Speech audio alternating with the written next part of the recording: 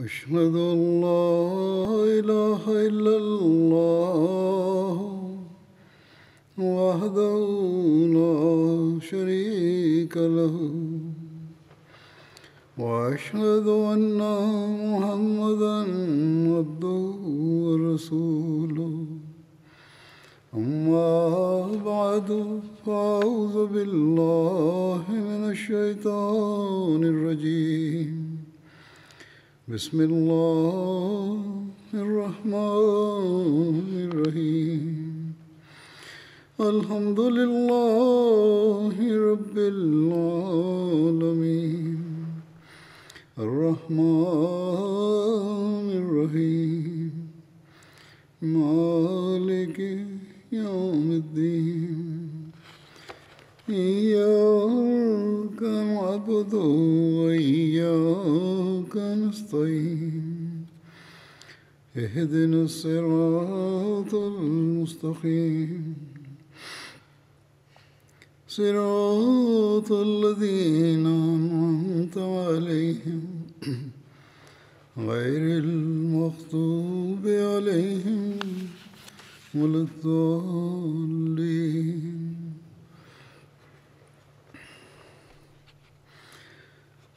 حضرت عمر رضی اللہ عنہ کے زمانہ خلافت کا ذکر چل رہا تھا. J'évoquais le califat de Omar radhiyallahu anhu اور اس زمانے کی جو جنگیں تھیں et j'ai aussi évoqué les batailles qui ont eu lieu au cours de cette période. کے مطالعہ سے معلوم ہوتا ہے کہ حضرت ابوبکر Selon les chroniques de l'histoire, le siège de Damas avait duré plusieurs mois au cours du califat de Abu Bakr radhiyallahu anhu. Et les musulmans ont remporté cette victoire quelques mois après le décès du calife Abu Bakr radhiyallahu anhu. Étant donné que cela concerne la période du calife Abu Bakr, je présenterai ces détails lorsque j'évoquerai ce calife, Inch'Allah, à l'avenir. Voici les détails des événements après la conquête de Damas. Abu Ubaida a envoyé Khalid bin Walid à la conquête du Beka après la conquête de Damas. Beka est une région située entre Damas, Balbak et Homs. Il s'y trouve de nombreux villages. Il a conquis cette région et il a envoyé un détachement pour la prochaine opération. Les Romains et ce détachement se sont rencontrés et ils ont livré bataille à la source dit Maïsanoun. Par hasard, un certain Sinan de parmi les Romains a pu attaquer l'armée musulmane en passant par l'arrière de Beyrouth et il a pu tuer un grand nombre de musulmans.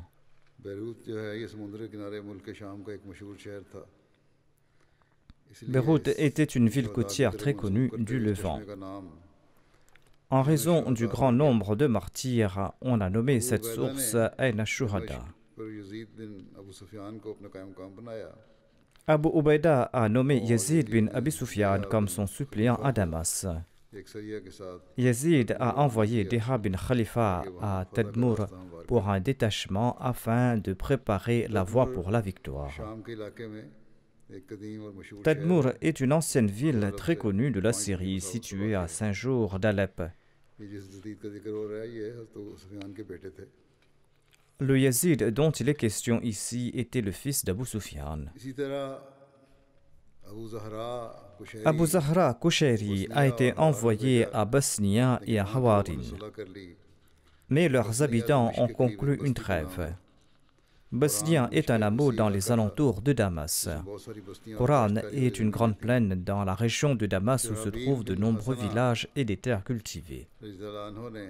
Shahrabir bin Hassana a quitté Tabriya ou Tibériade, la capitale de la Jordanie, pour conquérir les autres parties du territoire en raison des attaques qu'il subissait. Et les habitants de Tibériade ont conclu une trêve. Khalid est lui aussi retourné en vainqueur du Beka.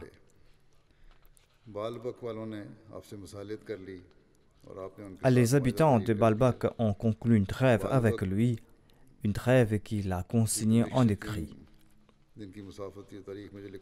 Balbak ou Héliopolis est une ancienne ville se trouvant à 3 jours de voyage de Damas.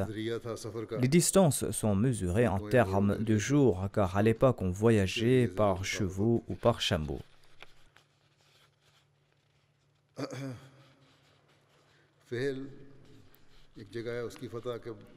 Fahal a été conquis en l'an 14 de l'Hégire.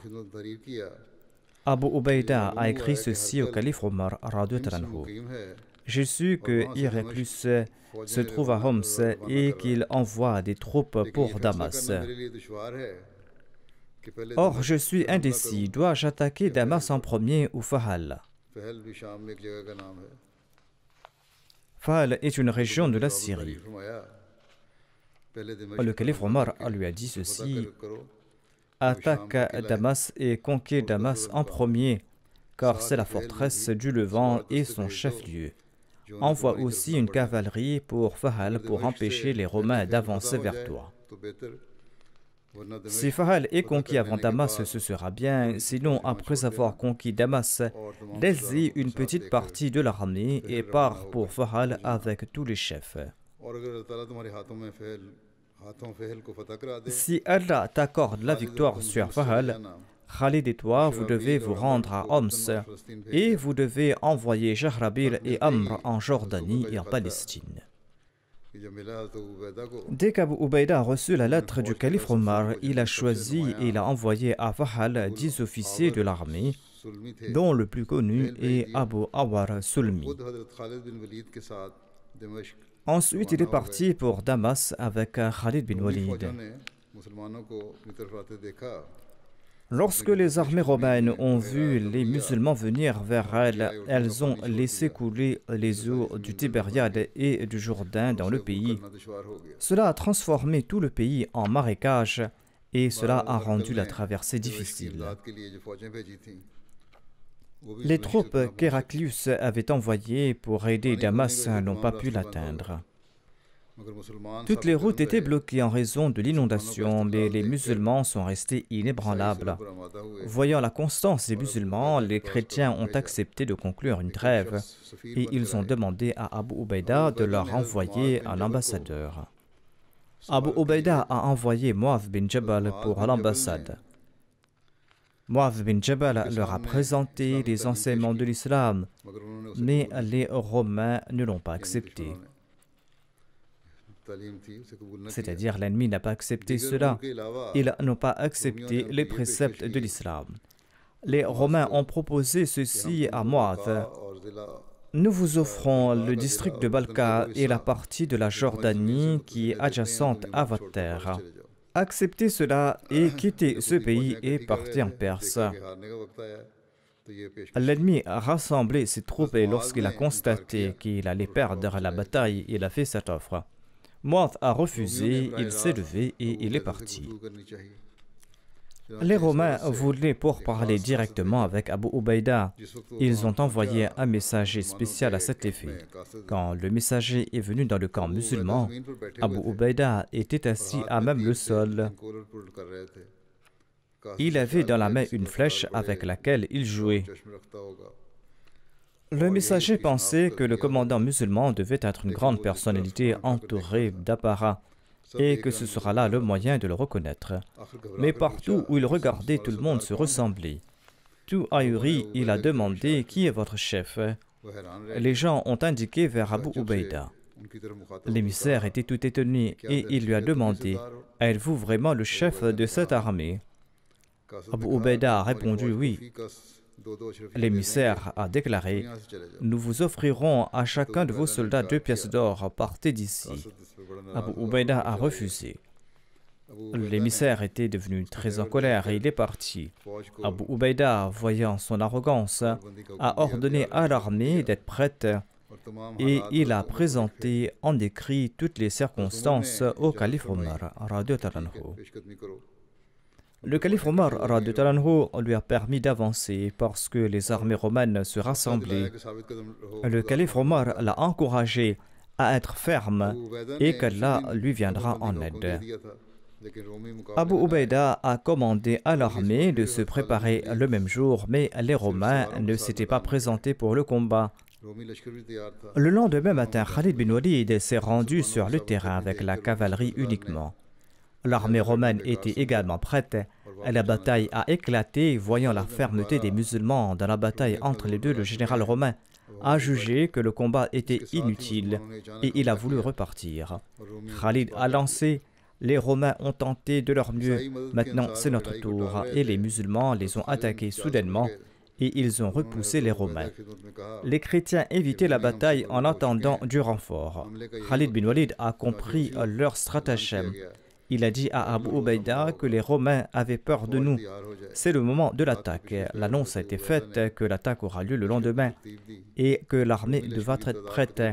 Durant la dernière partie de la nuit, Abu Ubaïda a organisé l'armée.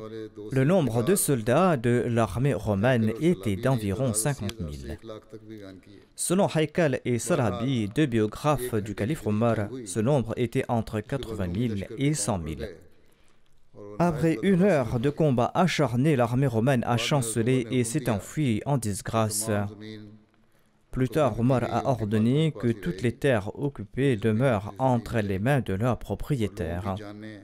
Aucune terre ne devait être prise de qui que ce soit. La vie et les biens de la population, leurs terres et leurs maisons, ainsi que leurs lieux de culte seront en sécurité.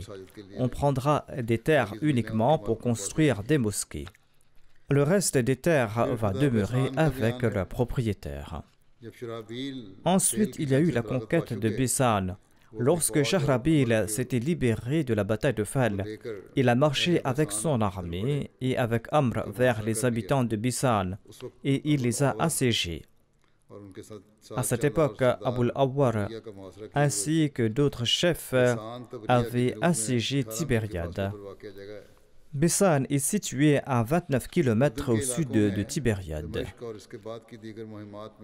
Les nouvelles des défaites romaines successives à Damas et d'autres campagnes dans la région jordanienne s'étaient répandues et le peuple avait su que Shahrabil, Amr bin As, Harith bin Hisham et Sahal bin Amr étaient partis avec l'intention de prendre Bisan. Partout, les gens se sont rassemblés dans leur forteresse. Shahrabil a atteint Bisan et l'a assiégé. Le siège a duré quelques jours, mais plus tard, les habitants sont sortis pour se battre. Les musulmans les ont combattus et les ont anéantis. Le reste de la population a demandé de conclure une trêve que les musulmans ont acceptée au terme de Damas. Les mêmes conditions fixées lors de la conquête de Damas furent acceptées dans le cas de Bisan. Ensuite, il y a eu la victoire de Tibériade. Lorsque les habitants de Tibériade ont été informés de la conquête de Bisan et du traité, ils ont conclu le traité de paix avec Abu Awwar à condition d'être mis en contact avec Shahrabil. Abu al-Awwar a accepté leur requête et les habitants de Tibériade et les habitants de Bisan ont conclu une trêve selon les termes de Damas et il a été décidé de libérer la moitié de toutes les maisons et des villes et des villages voisins pour les musulmans. Les Romains vont occuper l'autre moitié et chacun paiera 1 dinar par an et une certaine part de la production de la terre. Après cela, les chefs musulmans et leurs armées se sont installés dans ces terres et la paix a été instaurée en Jordanie et toutes les forces de renfort se sont installées dans les différents endroits de la région jordanienne et la bonne nouvelle de la victoire a été présentée au calife Omar radhiyallahu anhu. Après cette bataille, il y a eu la conquête de Homs en l'an 14 de l'Hégire. Abu Ubaïda s'est rendu à Homs, une ville syrienne bien connue d'importance militaire et politique. Homs est située en Syrie entre Damas et Alep. Il y avait à Homs un très grand temple que les gens venaient de loin pour visiter et les gens étaient fiers d'en être les dévots. Les Romains ont voulu livrer bataille tout près de Homs et ils se sont avancés. Une armée composée d'un grand contingent est sortie de Homs et a affronté les musulmans à Josias, mais les Romains ont été vaincus. Abu Ubaïda et Khalid bin Walid ont atteint Homs et ont assiégé la ville. L'hiver était rigoureux et les Romains pensaient que les musulmans ne pourraient pas se battre longtemps à découvert. Les Romains espéraient également recevoir l'aide d'Héraclius. Il a donc envoyé une armée de la péninsule, mais Sa'ad bin Abi Waqqas, qui était en mission en Irak, a envoyé des troupes qui a arrêté l'armée romaine. Selon les historiens, les Romains portaient des chaussettes en cuir, mais même là, leurs pieds gelaient, tandis que les compagnons ou les soldats de l'armée musulmane ne portaient que des chaussures aux pieds. Héraclius a promis d'aider les habitants de Homs et il les a encouragés à se battre. Mais il est lui-même parti à Rawha. Il a fait une promesse, mais les a abandonnés.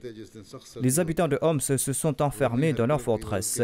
Ils sortaient combattre les musulmans le jour, il faisait très froid. Les Romains attendaient l'aide d'Héraclius et ils voulaient que les musulmans fuient le froid. Mais les musulmans ont fait preuve de fermeté et l'aide de Héraclius ne venait pas. L'hiver est passé et les habitants de Homs étaient convaincus qu'ils ne pourraient pas combattre les musulmans. Sur ce, ils ont voulu signer un traité de paix. Les musulmans ont accepté leur requête et toutes les maisons de la ville ont été laissées aux habitants de la ville et un tribut et la jizya ont été fixés comme à Damas. Abu Ubaïda a informé le calife Omar de tous les incidents et en réponse, le calife Omar lui a ordonné de rester là-bas et de rassembler les puissantes tribus arabes de la Syrie sous sa bannière. Et Inch'Allah, je continuerai à envoyer des renforts d'ici, a déclaré le calife Omar. Marj al-Rum est une autre région où il y a eu une bataille la même année. Marj al-Rum est un endroit tout près de Damas. Abu Ubaïda avait quitté Fahal pour se rendre à Homs avec Khalid bin Walid. Ils ont tous campé à Zulqala. Héraclius a été informé de leur mouvement et il a envoyé Tuzara Patrick dans la région. Celui-ci s'est installé à Marj al-Dimashq et dans sa partie ouest. Abu Ubaïda est parti dans la direction de Marj al-Rum avec son armée. À cette époque, l'hiver était déjà présent et les musulmans étaient couverts de blessures. Lorsqu'ils ont atteint Marj al-Rum, Shnas Rumi était également sur place et il a campé avec la cavalerie royale près de Tuzara. Shnas était en fait venu au secours de Tuzara et pour sauver les habitants de Homs, il est resté à l'écart avec son armée. La nuit venue, Tuzara, l'autre général, est parti de là et il a laissé un vide. L'adversaire de Tuzara était Khalid bin Walid, tandis qu'Abu Ubaïda était l'adversaire de Shnas. Lorsque Khalid bin Walid a appris que Tuzara était parti d'ici pour Damas, Khalid et Abu Ubaïda ont décidé à l'unanimité que Khalid devait partir à la poursuite de Tuzara. Donc Khalid bin Walid l'a poursuivi cette nuit-là avec un détachement de sa cavalerie. D'autre part, Yazid bin Abu Sufyan avait reçu la nouvelle du déplacement de Tuzara. Il est sorti pour le combattre et les deux armées ont enflammé le champ de bataille. Tandis que la bataille se déroulait entre les deux, Khalid bin Walid avec son armée est venu par derrière et ils ont attaqué Tuzara par l'arrière. Ainsi donc, l'ennemi a été écrasé par l'arrière et par l'avant. Les musulmans les ont anéantis. Seuls parmi l'ennemi ont survécu ceux qui ont pu prendre la fuite et se sont échappés. Le butin que les musulmans ont obtenu dans cette bataille comprenait des montures, des armes, des vêtements. Yazid bin Abi Sufyan les a distribués entre ses soldats et les soldats de Khalid bin Walid. Par la suite, Yazid est parti pour Damas, et Khalid bin Walid est retourné auprès d'Abu Ubaïda.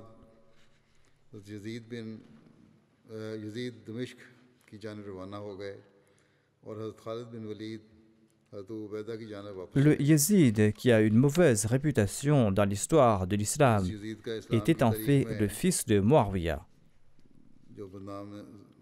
Ici, il s'agit de Yézid, le fils d'Abu Sufyan.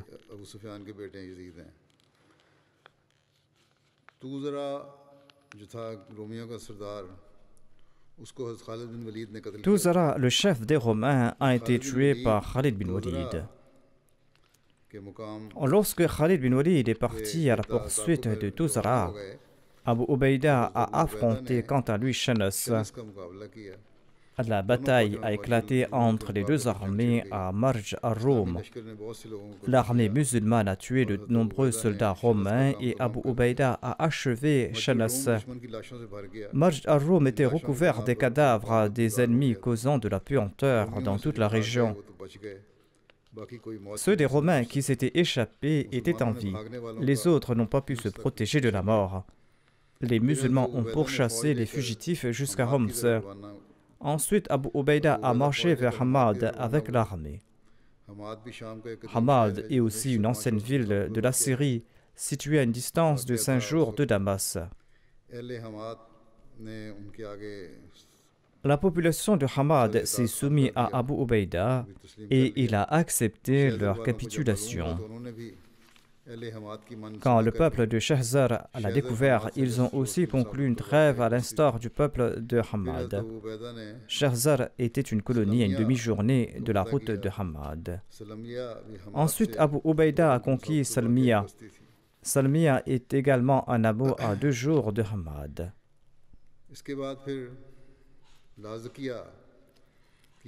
La ville de Latakia a été conquise en l'an 14 de l'Hégire. L'armée islamique dirigée par Abu Ubaïda a marché sur Latakia, une ville côtière de la Syrie, une ville qui est considérée comme une banlieue de Homs. Lorsque les habitants de Latakia ont vu l'armée islamique venir vers eux, ils se sont retranchés dans leur forteresse. Ils ont fermé la porte de la ville et se sont préparés au combat. Ils étaient convaincus que si les musulmans les assiégeaient, ils pourraient les combattre et que d'ailleurs ils allaient recevoir des renforts d'Héraclius par la mer. Les musulmans ont assiégé la ville qui était bien protégée et qui était célèbre pour ses avant-postes militaires. Abu Ubaïda a conçu un nouveau stratagème pour conquérir cette ville. Il était en effet un très bon stratège. Les musulmans se sont rendus compte qu'il serait très difficile de conquérir la ville s'ils devaient camper contre elle et que le siège allait peut-être se rallonger.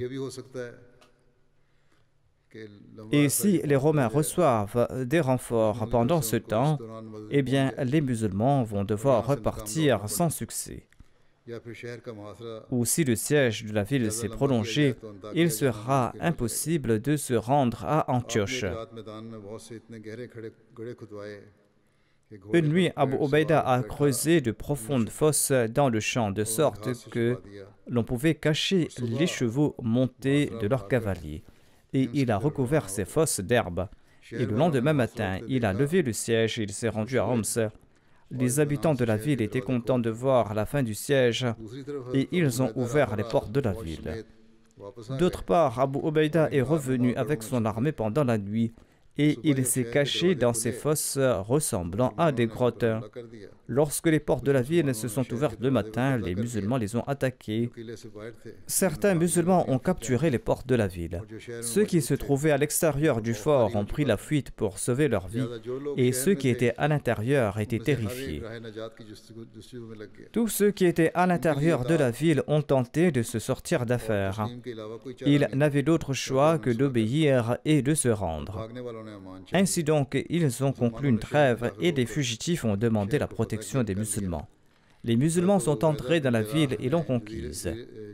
Abu Ubaïda bin al-Jarrah a conclu la trêve de paix contre paiement de la jizya et il a laissé l'église entre les mains des habitants Plus tard, les musulmans ont construit leur mosquée à proximité. Après cette victoire, Omar a écrit qu'aucune autre avancée ne devra avoir lieu cette année.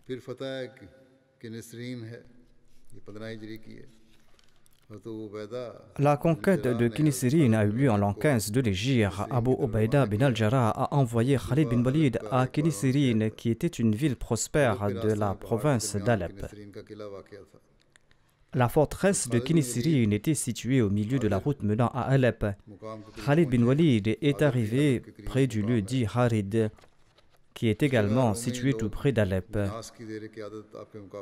Minas était le chef romain de la région. Il est sorti de combattre. Après Héraclius, Minas était le plus grand général de Rome. Cependant, les habitants et les chrétiens arabes avec eux se sont opposés aux musulmans. Selon la pratique des Arabes, pour protéger la ville, ils campaient à l'extérieur. Les chrétiens arabes, en accord à cette pratique, s'étaient campés à l'extérieur de la ville. Après une bataille féroce, Khalid a tué une grande partie de l'armée de Romains et il a également tué Minas, leur chef. Les habitants de la région ont envoyé un message à Khalid bin Walid disant que nous sommes des Arabes et nous ne voulions pas nous battre. Nous avons été contraints de participer dans cette bataille. Veuillez donc nous pardonner. Khalid a accepté leur explication et il a retenu sa main. Certains Romains ont fui et se sont retranchés à Kinisirine. Khalid les a poursuivis, mais quand il est arrivé à Kinisirine, les portes de la ville romaine étaient fermées. Constatant cela, Khalid leur a envoyé le message suivant: même si vous vous cachez dans des nuages, Allah nous mènera jusqu'à vous, ou Allah vous jettera sur nous. Les Romains se sont retranchés pendant quelques jours, mais finalement, les gens de Kinisirine étaient convaincus qu'il n'y avait pas d'issue.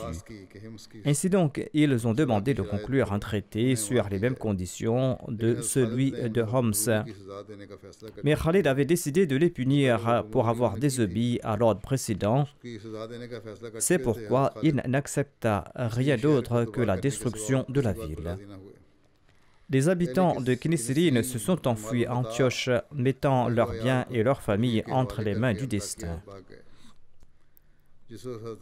Lorsque Abu Ubaïda bin al-Jarrah a atteint Kinisirine, il a approuvé cette décision de Khalid bin Walid, en disant que sa décision était conforme à la justice, et il a fait démolir les forts et les murs de la ville. Mais il a ressenti par la suite qu'il faut faire montre aussi de compassion.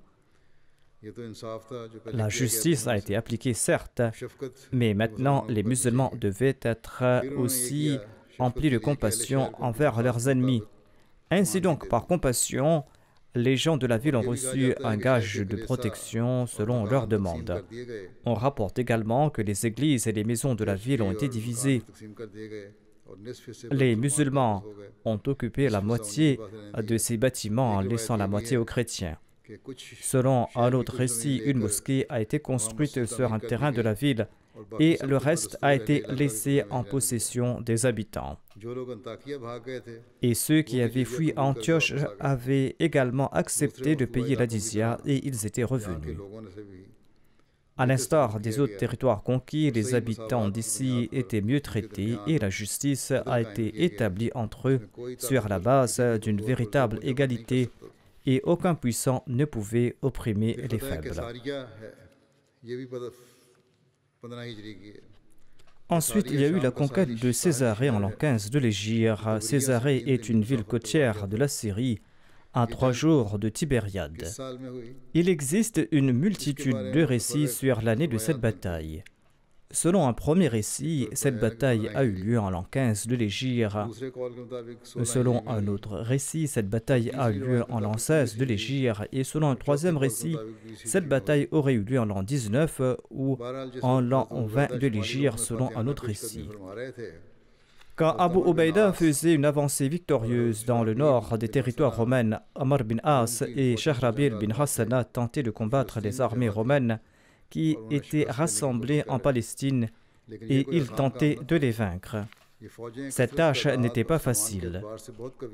Ces armées étaient très fortes en nombre et en équipement et leur commandement était sous l'égide d'Adrabon, le plus grand général de Rome, dont la clairvoyance et le sens militaire n'avaient pas de rival dans le royaume. Il pensait que l'armée doit être répartie en différents endroits pour que le pouvoir reste entre ses mains, et même si certaines parties de cette armée étaient conquises par les Arabes, d'autres parties n'en seraient pas affectées.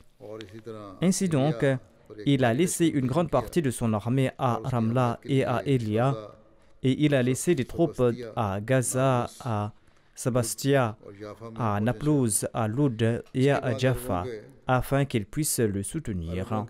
Ensuite, il a attendu l'arrivée des Arabes. Il croyait avoir le pouvoir de conquérir les Arabes et de disperser leurs forces. Amr bin As a compris la délicatesse de la situation. Il pensait que s'il alignait toutes ses forces contre Adrabon, eh bien les armées romaines vont se rencontrer et les musulmans ne pourraient pas les vaincre. Au contraire, les Romains pourraient les vaincre. Ainsi donc, il a écrit une lettre au calife Omar. Et le calife Omar a ordonné à Yazid bin Abi Sufyan d'envoyer son frère Muawiyah conquérir Césarée, afin qu'Adrabon ne puisse pas recevoir de l'aide par la mer. Le calife Omar a écrit une lettre à l'émir Muawiyah et il lui a dit ceci: « Je fais de toi l'émir de Césarée. Pars à Césarée et cherche l'aide d'Allah contre l'ennemi, et récitez à foison ces prières. La hawla wa la quwwata illa billahi al-ali al-azim. Allahu rabbuna wa siqatuna wa rijauna wa maulana ni'mal maula wa ni'mal nasir. » Il lui a dit de réciter ces prières souvent, c'est-à-dire le pouvoir d'éviter le péché et le pouvoir de faire le bien n'appartient qu'à Allah, Allah qui est l'exalté et le grand. Allah est notre Seigneur et notre source de confiance. Il est aussi notre espoir et il est notre soutien. Il est en effet un excellent soutien et un excellent aide. Selon Al-Farouk, Césarée a été envahie par Amr bin As en l'an 13 de l'Hégire et il l'a assiégée pendant longtemps, mais il n'a pas pu la conquérir. Après la mort d'Abu Ubaïda, le calife Omar a nommé Yazid bin Abi Sufyan à sa place et il lui a ordonné de partir en campagne contre Césarée. Yazid est parti avec un groupe de 17 000. Il a assiégé la ville. Mais il est tombé malade en l'an 18 de l'Hégire et il a nommé son frère l'émir Muawiyah comme son successeur et il est parti s'installer à Damas où il a rendu l'âme. Césarée est située sur la côte syrienne et fait partie des districts de la Palestine. Aujourd'hui, cependant, Césarée est déserte, mais à l'époque, elle était une grande ville. Et selon Baladri, il s'y trouvait 300 marchés qui étaient gardés par une grande armée romaine. Les Romains disposaient là d'un fort frontalier très solide et dangereux. Muawiyah a atteint Césarée et il l'a assiégée. Les Romains attaquaient l'armée islamique, mais après avoir été vaincus, ils retournaient dans leurs fortifications. Finalement, lorsque le siège a été prolongé, un jour, ils sont partis avec l'intention d'en finir, mais ils ont été vaincus et ils ont subi une défaite si horrible que 80 000 de leurs soldats ont été tués sur le champ de bataille. Et ce nombre a atteint 100 000 après la défaite et la fuite. Après la conquête de Césarée et la destruction de son armée, les musulmans étaient satisfaits et en sécurité, et le flux d'aide aux Romains a été arrêté par cette voie. Muawiyah a envoyé la nouvelle de la victoire avec un 5e des butins au calife Omar. Selon un autre récit, l'émir Muawiyah a assiégé la ville avec de gros moyens. Les habitants se sont battus plusieurs fois hors du fort, mais à chaque fois, ils étaient vaincus. Mais la ville n'a pas été capturée. Un jour, un juif nommé Youssouf est venu à la rencontre de l'émir Muawiyah et il lui a montré un tunnel qui conduisait jusqu'à la porte de la forteresse. Les hommes courageux l'ont traversé et ont ouvert la porte. Et en même temps, toute l'armée s'est lancée et la victoire a été remportée. Ubadah bin Thamit, l'un des compagnons de Badr, était également impliqué dans cette bataille. Voici un récit de sa bravoure lors de la bataille de Césarée. Ubadah bin Thamit était le chef de l'aile droite de l'armée lors du siège de Césarée. Il s'est levé un jour pour conseiller son armée. Il leur a ordonné d'éviter les péchés et d'accomplir leur introspection. Ensuite, il est sorti avec une foule de mujahidines et il a tué de nombreux Romains, mais il n'avait pas atteint leur objectif. De retour à sa place, il a encouragé ses soldats à se battre et à mourir au combat. Et après avoir attaqué avec une troupe importante, il a exprimé sa grande surprise et son étonnement face au revers. Il a déclaré aux musulmans: « J'étais le plus jeune des chefs nommés lors de la Bayra d'Aqaba. Mais j'ai vécu le plus longtemps après mes compagnons. Dieu a décidé de me garder en vie jusqu'aujourd'hui, tant et si bien que je combats l'ennemi avec vous aujourd'hui. Je jure par celui qui détient mon âme. Chaque fois que je dirige un groupe de croyants contre les polythéistes, ils abandonnaient le champ de bataille. C'est-à-dire que nous remportions la bataille et Allah nous accordait la victoire contre eux. Pourquoi n'avez-vous pas pu les vaincre en dépit de vos attaques répétées? » Ensuite, il a exprimé sa crainte à ce sujet en ces termes. Il a déclaré: « Je crains deux choses à votre sujet, soit que l'un d'entre vous est un traître, soit que vous n'étiez pas sincère lorsque vous aviez lancé l'attaque.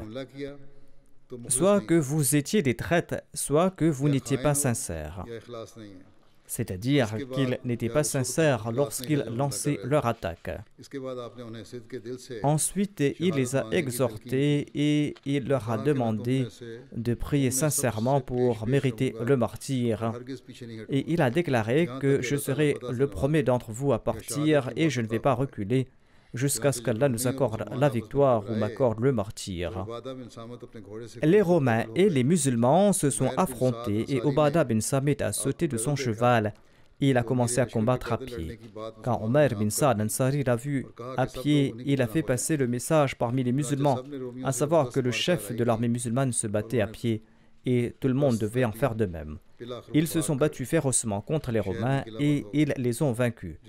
Les Romains ont pris la fuite et ils se sont retranchés dans leur ville-forteresse. Les Arabes ont conquis Gaza tout comme ils avaient conquis Césarée. Les musulmans avaient autrefois occupé Gaza à l'époque du calife Abu Bakr, mais ils en avaient été expulsés. Lorsque ces deux zones frontalières sont passées sous le contrôle des musulmans, Amr bin As n'avait plus de soucis du côté de la mer. Je vais mentionner à l'avenir d'autres parties de ces récits. À présent, je souhaite évoquer certaines personnes qui sont décédées récemment et dont je dirigerai la prière funéraire après la prière de Juma. La première personne que j'évoquerai est Mokarama Khatija Saheba, épouse de Mokaram Molvi Mohammad K. Alvi, ancien missionnaire du Kerala. Elle est décédée récemment à l'âge de 80 ans. Inna lillahi wa inna ilayhi raji'un. Son père se nommait Kahni Muinuddin Saheb et il était l'un des premiers Ahmadis de Kerala. Et la défunte a embrassé l'Ahmadiyya à un très jeune âge. La défunte était très patiente, reconnaissante envers Dieu. Elle était régulière dans ses prières et dans ses jeûnes. C'était une dame très pieuse, hospitalière et satisfaite de son sort. Son défunt mari était un missionnaire et il passait de nombreux jours à l'extérieur de chez lui en raison de ses voyages. Mais la défunte a toujours été reconnaissante et jamais elle ne s'était plainte. La défunte laisse derrière elle 2 fils et 5 filles. Elle était une moussia, son fils aîné était Mahmoud Saheb. Il servait comme missionnaire. Il est décédé à l'âge de 54 ans des suites d'une insuffisance rénale. Son fils cadet est aussi un muallim et ses 5 filles sont mariées à des missionnaires. Qu'Allah accorde son pardon à la défunte. Le prochain défunt se nomme Malik Sultan Rashid Khan de Côte Fateh Khan. Il était l'ancien émir du district d'Attak. Malik Sultan Khan est décédé dans la nuit du 22 au 23 août dernier. Inna lillahi wa inna ilayhi raji'un. Par la grâce d'Allah, le défunt était un moussi. Son père se nommait le colonel Malik Sultan Muhammad Khan et il avait prêté le serment d'allégeance au Muslim Maoud en 1923 à l'âge de 23 ans. Il était l'unique Ahmadi de sa famille et il s'était marié à Aisha Siddiqa Sahiba qui était la fille de Chaudhry Muhammad Fateh Ahmad Sial. Ce mariage a été arrangé par le Muslim Maoud. Le grand-père de Sultan Rashid se nommait Malik Sultan Surkhru Khan. Il avait une position de premier plan de la cour du roi britannique et il avait un siège à la cour du roi. Il a accepté l'Ahmadiyya 4 ans après son fils Malik Sultan Muhammad Khan. Le défunt Malik Sultan Rashid Khan a servi la communauté en différentes qualités. De 1996 à 1999, ensuite de 2005 à 2014, il a servi en tant qu'émir du district d'Attak. Il était le président de la Jamaat de Côte Fateh Khan au moment de sa mort. Il était un parent de Mir Muhammad Khan, l'ancien gouverneur du Pakistan occidental. Ainsi donc, il appartient à une famille très mondaine.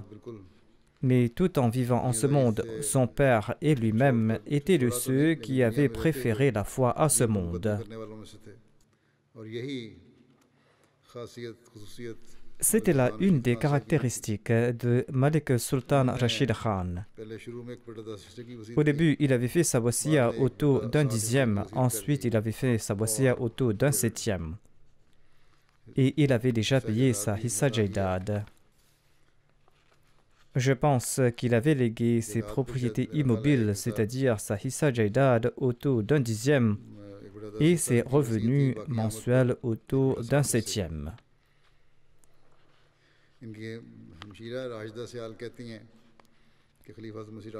Rashida Sial, la sœur de la défunte, déclare: le quatrième calife m'avait dit un jour que votre père était une épée nue pour la communauté, il en est de même de vos frères. Elle ajoute à propos de Malik Rashid Saheb: notre frère avait un lien très profond avec le califat. Il mettait en application immédiatement tout commandement du calife. Par la grâce d'Allah, il est demeuré un fidèle serviteur du califat et il a servi avec une grande dévotion. La spiritualité était aussi enracinée chez lui. Quand quelqu'un le regardait, il sentait qu'il n'avait rien à voir avec ce monde. Il était très humble et ne parlait pas beaucoup de sa relation avec Allah, mais il avait une grande relation avec Allah. Ses jours et ses nuits étaient remplis de prières pour tout le monde, qu'il soit un ami, un parent ou un étranger.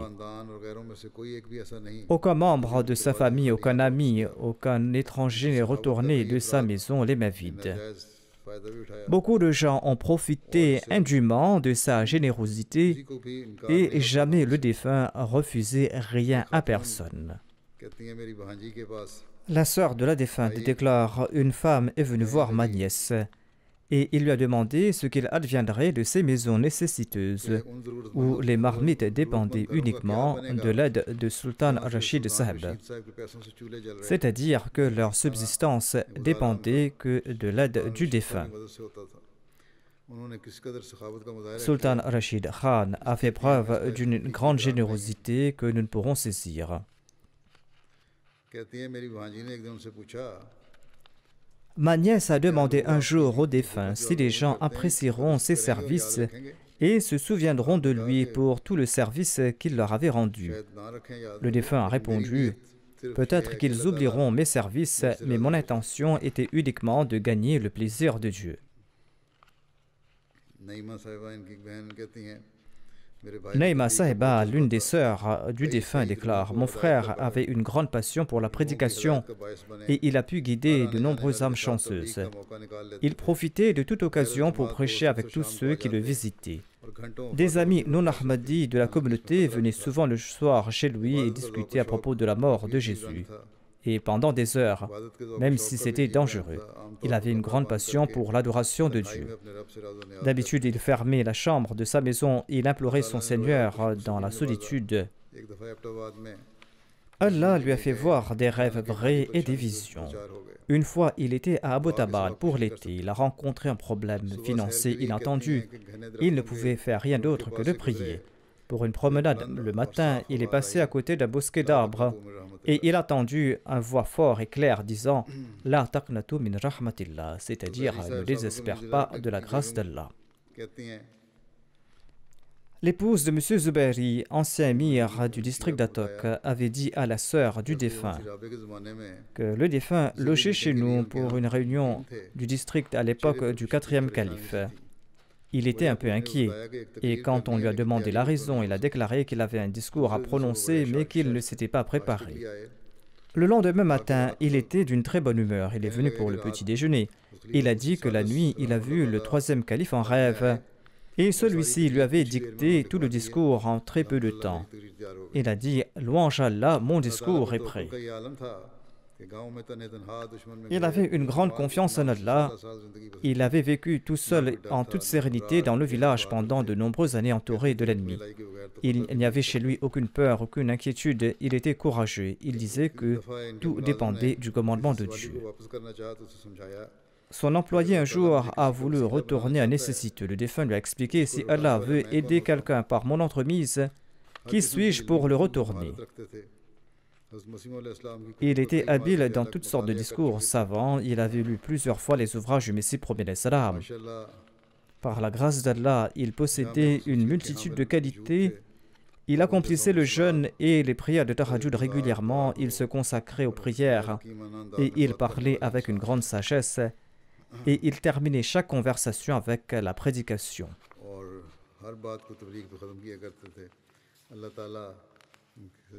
Qu'Allah lui accorde son pardon et sa miséricorde.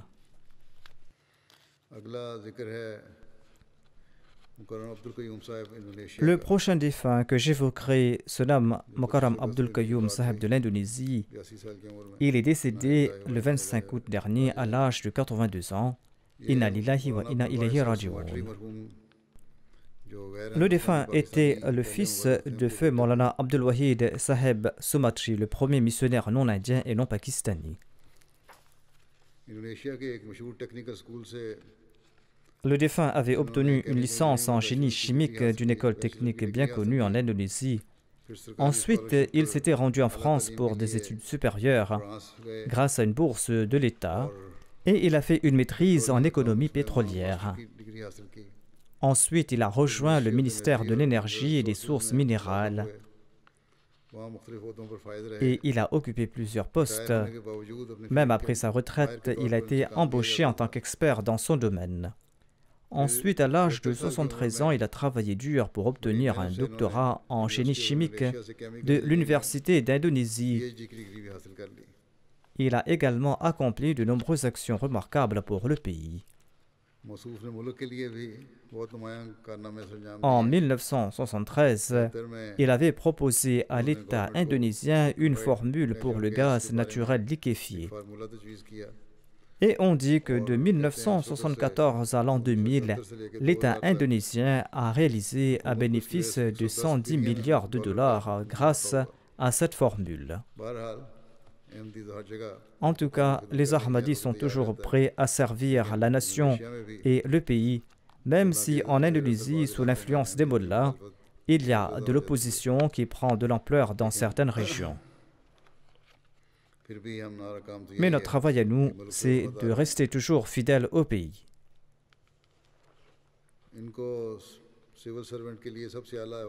Le défunt a également reçu la plus haute distinction décernée aux fonctionnaires par l'État indonésien. En 2005, il a reçu un deuxième prix important que l'État indonésien décerne aux non-militaires ayant rendu des services extraordinaires à la nation. Les récipiendaires de ce prix sont enterrés dans un cimetière spécial avec les honneurs militaires. Comme le défunt ne souhaitait pas être enterré là-bas, la cérémonie militaire de ses funérailles a été faite dans le cimetière d'Emoussi à Parum. Il a été enterré là-bas avec les honneurs militaires. Le défunt était une personne très aimante. qui prenait grand soin de ses frères et sœurs. Son père lui avait également enjoint de se soucier de ses frères et sœurs et il l'a toujours fait. Le défunt avait toujours un très grand respect à l'égard des missionnaires et des Waqifin Zindagi.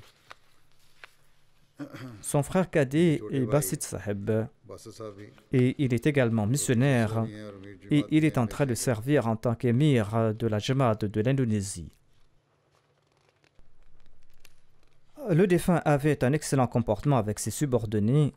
L'un d'entre eux a déclaré que dès l'âge de 9 ans, le défunt m'a pris sous sa tutelle et c'est lui qui prenait en charge mes frais de scolarité et d'autres frais. En raison de son bon comportement, j'ai fait la bayra après avoir lu les ouvrages du Messie premier salam. Le défunt faisait preuve d'une grande bienveillance et d'une grande générosité. Il traitait tout le monde de la même façon. Il n'y avait en lui aucune trace de fierté personnelle ni en raison de son poste. L'un de ses anciens collègues de l'entreprise publique de gaz a écrit ceci. Le défunt était très intelligent, il était déterminé, il travaillait beaucoup. Il était une personne très célèbre, mais en dépit de cela, il était très humble. Il avait un grand amour pour le califat et pour la communauté, et dès que la communauté avait besoin de quelque chose ou que la Jamaat faisait face à des difficultés, il venait aider la communauté avec une grande sincérité. Feu le quatrième calife avait résidé chez lui lors de sa visite en Indonésie. Lorsque le défunt travaillait comme fonctionnaire, il n'a jamais caché qu'il était Ahmadi. Ni après d'ailleurs, lorsque la persécution s'était intensifiée. Il n'a jamais caché qu'il était Ahmadi. Il prêchait constamment à ses amis et il était connu comme une personnalité célèbre parmi ces gens et les gens savaient qu'il était Ahmadi. Une fois, le PDG d'une entreprise d'électricité a dit au ministre que l'eau d'un barrage diminuait et que si cela continuait, il faudra interrompre la production d'électricité. Le ministre en question avait confiance dans les prières du défunt et il lui a proposé d'aller voir M. Qayoum. Le PDG s'est rendu chez lui pour lui demander son aide. Le défunt lui a dit que si tu souhaites obtenir mon aide, eh bien écris une lettre au calife qui est notre imam par mon intermédiaire. Le PDG a écrit une lettre pour demander des prières. Et il relate qu'il avait remis cette lettre le lundi et le jour d'après, il y a eu des fortes pluies et le barrage était rempli d'eau.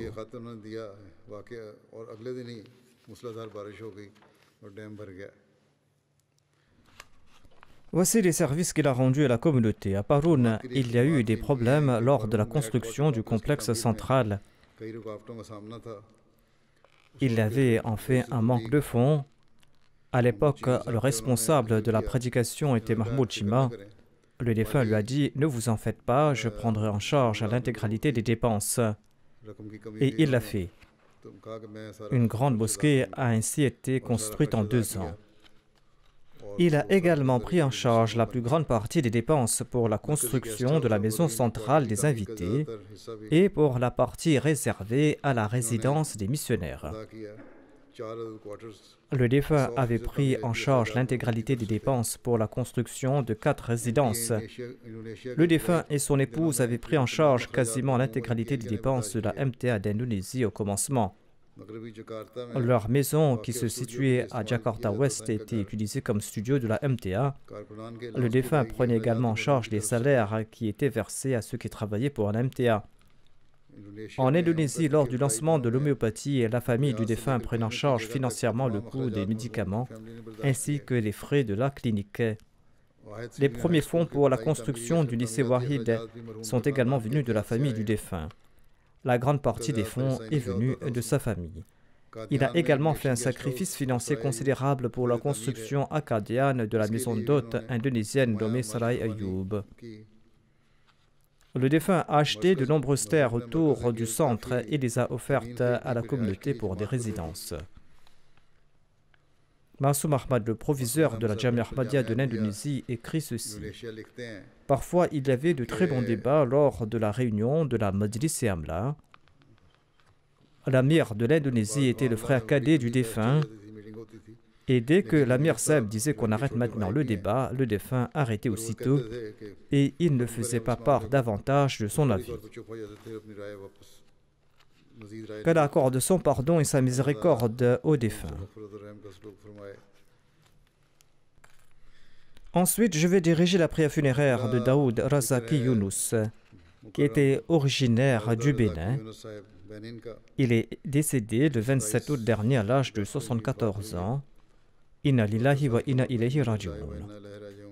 Le défunt faisait partie des tout premiers Ahmadis du Bénin. Il était l'unique Ahmadi de son foyer. En 1967, le défunt avait accepté l'Ahmadiyya par l'intermédiaire de Zikrullah Daoud, qui était son frère et qui était le tout premier Ahmadi du Bénin. Sa femme et ses enfants ne sont pas Ahmadis, qu'Allah leur permette d'accepter également l'Ahmadiyya. Mian Kamar Ahmad, amir et missionnaire en charge de l'Indonésie, écrit ceci. Il m'avait relaté le récit de son acceptation de l'Ahmadiyya quelques jours avant son décès. Il a dit que j'ai entendu le fait que mon frère Zikrullah Daoud avait accepté l'Ahmadiyya au Nigeria. Et j'ai entendu de nombreux propos à propos de l'Ahmadiyya. Je suis parti le rencontrer, je l'ai vu porter la bague alayhi salam. Je lui ai demandé pourquoi il le portait et quelle était l'importance de cette bague dans sa religion. Il a dit qu'il s'agit d'un verset du Saint-Coran qui signifie que Allah n'est-il pas suffisant pour son serviteur. Le fondateur de la communauté Ahmadiyya, Mizarullah Mahmad de Qadian, nous a transmis cet enseignement. Le défunt a dit, j'ai demandé à mon frère si l'Ahmadiyya était différent de l'islam. Il a dit que l'imam que vous attendez est déjà arrivé. C'est notre croyance et il s'agit de l'islam véritable. Il ajoute, après avoir entendu cela, j'ai commencé à lire les ouvrages du Messie premier l'Islam, j'ai commencé par la philosophie des enseignements de l'islam et par la suite j'ai accepté l'Ahmadiyya. Le défunt faisait partie des Ahmadis les plus éduqués du Bénin. Il a obtenu un master en business management en France. Il avait pris sa retraite lorsqu'il était au poste de directeur au sein d'une entreprise d'électricité et d'eau au Bénin. Il était une personne influente, riche et digne. Il accomplissait régulièrement ses prières quotidiennes et ses prières de tahajjud. C'était une personne sincère et pieuse. Il avait un très grand amour pour le Messie premier l'Islam, pour les califes, et il lisait régulièrement leurs ouvrages. Il a servi à différents postes et il a beaucoup servi la Jamaat du Bénin. Il était aussi le premier directeur de Humanity First et il avait servi à ce poste depuis et il avait mis en place des camps médicaux. Il servait aux côtés des médecins des journées entières sans se soucier de manger. Le docteur Kamar Ali écrit « J'ai pu servir en tant que médecin au Bénin lors des camps médicaux, bien qu'il était fatigué ou qu'on se couchait tard en raison du trajet. J'ai toujours vu le défunt accomplir de très longues prières de tahajjud la nuit. Lorsque je me réveillais, je constatais qu'il était toujours en train d'accomplir la prière de tahajjud. » Muzaffar Ahmad Zafar, missionnaire, a déclaré que lorsque le défunt prononçait un discours, il enjoignait les autres à suivre les conditions de la bayra et sa voix était toujours remplie d'émotion. Et il me disait souvent que tant que tout Ahmadi n'a pas compris la révélation reçue par le Messie premier l'Islam, alayhi sallahu bikafin abdahu, eh bien, on sera toujours matérialiste. L'Amir Saheb du Bénin écrit ceci. En 2016, il avait offert un terrain de 30 hectares à la Jamaat. Et en 2021, je lui ai dit que je souhaitais qu'il construise un immeuble pour la Madrasatul Hifz et qu'il offre ce bâtiment à la Jamaat. Il a répondu en souriant « Inch'Allah ». La construction a déjà débuté. Le défunt disait souvent que si les enfants de la Jamaat sont lettrés, eh bien la communauté du Bénin fera une partie des grandes communautés d'Afrique. Et il offrait aux enfants des précieux livres de la Jamaat comme cadeau. Il s'était rendu à l'orphelinat de la Jamaat, à la Baitul Ikram. Il avait conseillé au docteur Walid qu'il doit prendre soin de la santé et de la sécurité de ses enfants. Ces enfants sont de notre communauté et de notre peuple et nous sommes leurs parents. Et il a également prié pour l'orphelinat. Qu'Allah accorde son pardon et sa miséricorde aux défunts, qu'il exalte le rang de tous ces défunts. Comme je l'ai dit, après la prière de Jumu'ah, je vais diriger leur prière funéraire en l'absence des dépouilles.